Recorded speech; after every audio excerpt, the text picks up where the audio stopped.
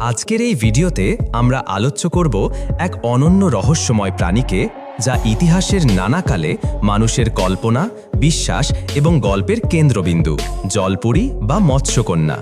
জলপরী শব্দটি শুনলেই আমাদের মনেই ভেসে ওঠে এক সুন্দরী নারীর ছবি, যার কোমর থেকে নিচের অংশ মাছের লেজ হিসাবে গড়ে উঠেছে।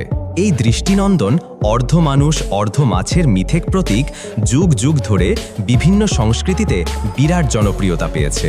এই ভিডিওতে আমরা জানব কিভাবে জলপরীর ধারণা জন্মেছে, কোথা থেকে এসেছে, মিশরীয়, গ্রিক এবং অন্যান্য বিশ্বজুড়ে এর সংস্কৃতি ও পৌরাণিক কাহিনী কেমন, এদের বিভিন্ন রূপ কী এবং বিজ্ঞান আজ পর্যন্ত এদের রহস্য নিয়ে কী জানে।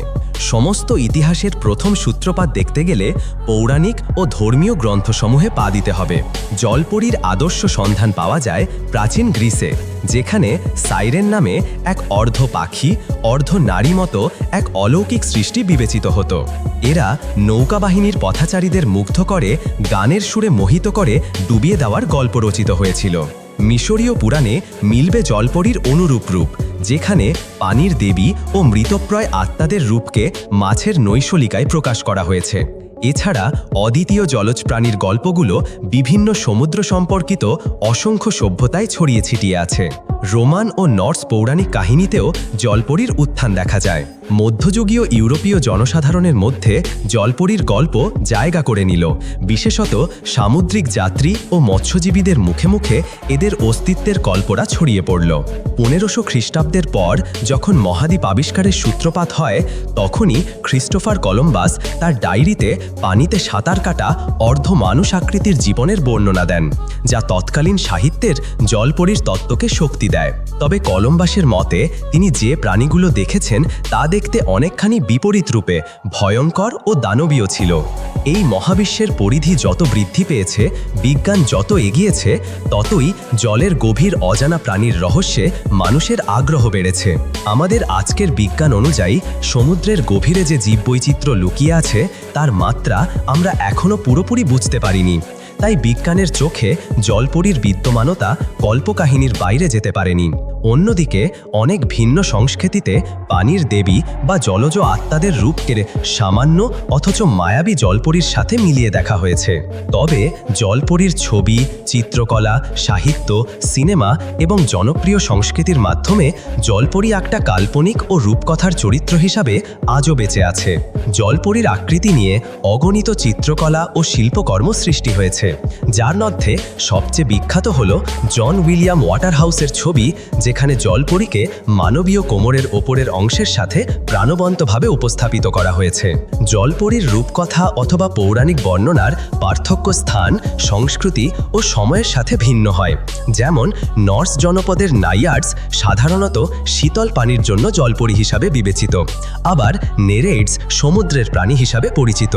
ভারতীয় অঞ্চলে জলপরীর স্মৃতি কম পরিচিত হলেও অন্ধ্রপ্রদেশ এবং দেশের অন্যান্য কিছু অঞ্চল থেকে অন্নাসেপ্পিলাম বা নারীরূপী পানিদেবীর কাহিনী পাওয়া যায়। জলপরীর গল্পে প্রায়শই মানুষের সঙ্গে এদের প্রেমের ঘটনাও উঠে আসে। মানুষ আর জলপরীর ভালোবাসার গল্প, যা মহা দুর্লভ এবং মিষ্টি কল্পনাও বটে, যা লোকসাহিত্য ও সাহিত্যে ব্যাপক স্থান অধিকার করে। একটু বাস্তবিক আলোচনাও দেখা যাক।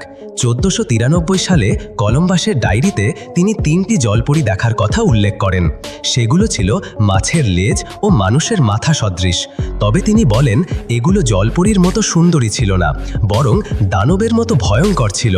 বিজ্ঞানীরা ধারণা করেন হয়তো তিনি সামুদ্রিক স্তন্যপায়ী প্রাণী ম্যান্টিস শ্রিম্প বা ডলফিন দেখে ভুল বুঝে সেসব জলপরী বলে অভিহিত করেছেন।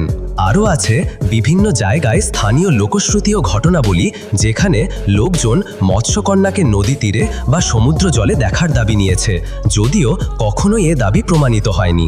তবে আমরা এত বড় সাংস্কৃতিক ও ঐতিহাসিক প্রজন্ম জুড়ে দেখতে পাই জলপরী ঐতিহ্যের অবিচ্ছেদ্য অংশ হয়ে উঠেছে। ছবিচিত্র, মিউজিক্যাল, মুভি, সাহিত্য সবখানেই জলপরী থিমের উপস্থিতি আছে। এই ধরনের গল্পের মাধ্যমে মানুষের প্রকৃতি ও সমাজের বিভিন্ন উপলব্ধি, সহজাত বাস্তবতা এবং অদ্ভুত স্বপ্নকে সমান্তরালভাবে তুলে ধরা হয়।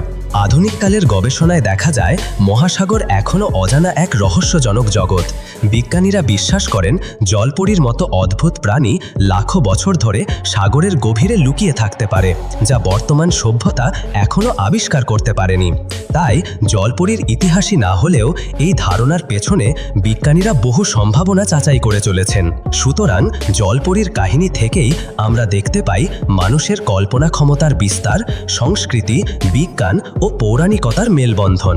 মানুষের অতীত থেকে শুরু করে বর্তমান পর্যন্ত জলপরী ইতিহাসের এক রহস্যময় অধ্যায়। আজকের ভিডিওতে আমরা এই জলপরীর ইতিহাস, কল্পকাহিনী, সাংস্কৃতিক প্রভাব এবং বিজ্ঞানের ধারণার সংমিশ্রণ নিয়েই বিস্তারিত আলোচনা করেছি।